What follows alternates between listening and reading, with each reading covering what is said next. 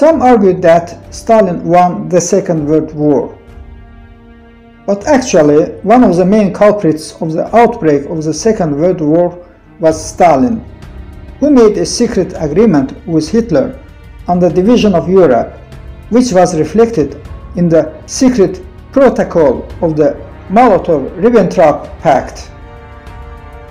According to the secret protocol agreed on August 23, 1939, two totalitarian states such as Germany and the Soviet Union agreed to divide the democratic countries of Europe between them, contrary to international law.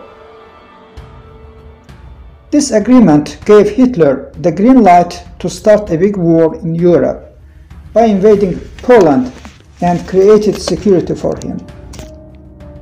As a result, the World War started with Germany's intervention in Poland after just 1 week, on September 1st, and from September 17th, Stalin invaded Poland from the east, occupying the present Latvia, Lithuania, Estonia, the western part of Belarus and Ukraine, Moldova, and the Karelia part of Finland. Although the secret protocol of the Molotov-Ribbentrop Pact was later discovered and published by the US State Department, the Soviet leadership called it a lie and a forgery to cover up its guilt. Molotov himself denied the existence of this protocol until his death in 1986. It was only in 1989 that the USSR government was forced to admit the existence of such a secret protocol, which led to the collapse of the Soviet Union with the rightful demands of the Baltic republics for their independence.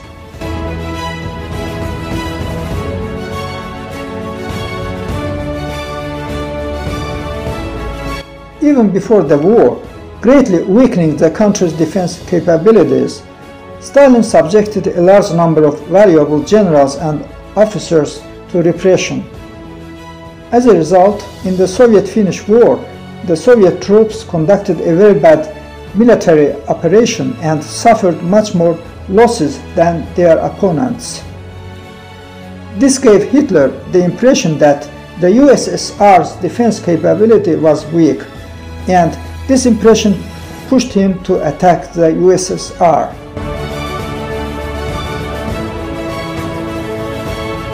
The victory in the Second World War was secured at the expense of huge losses.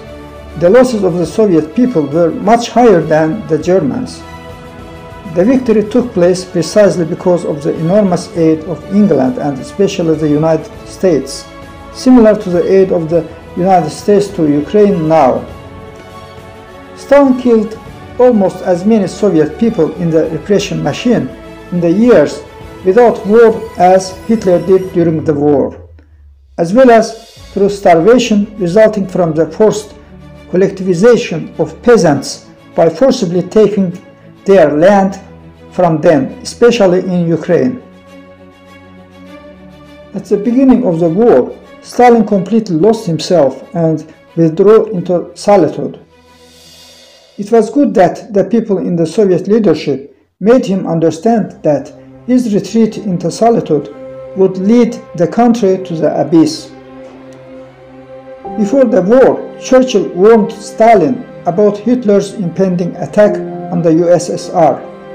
But Stalin, in accordance with his sick mentality, considered it a trick. Also, Soviet spies, especially Richard Zorge, who was born in Baku, told the exact time of the German attack, but Stalin didn't believe them either, as he didn't believe anyone but himself. As a result, in a short time, the Germans occupied a large area and reached 40 kilometers from Moscow. After that, the dictator became desperate and turned to Marshal Zhukov. Marshal Zhukov, other heroes, and peoples living in the USSR as a whole were the main authors of military successes.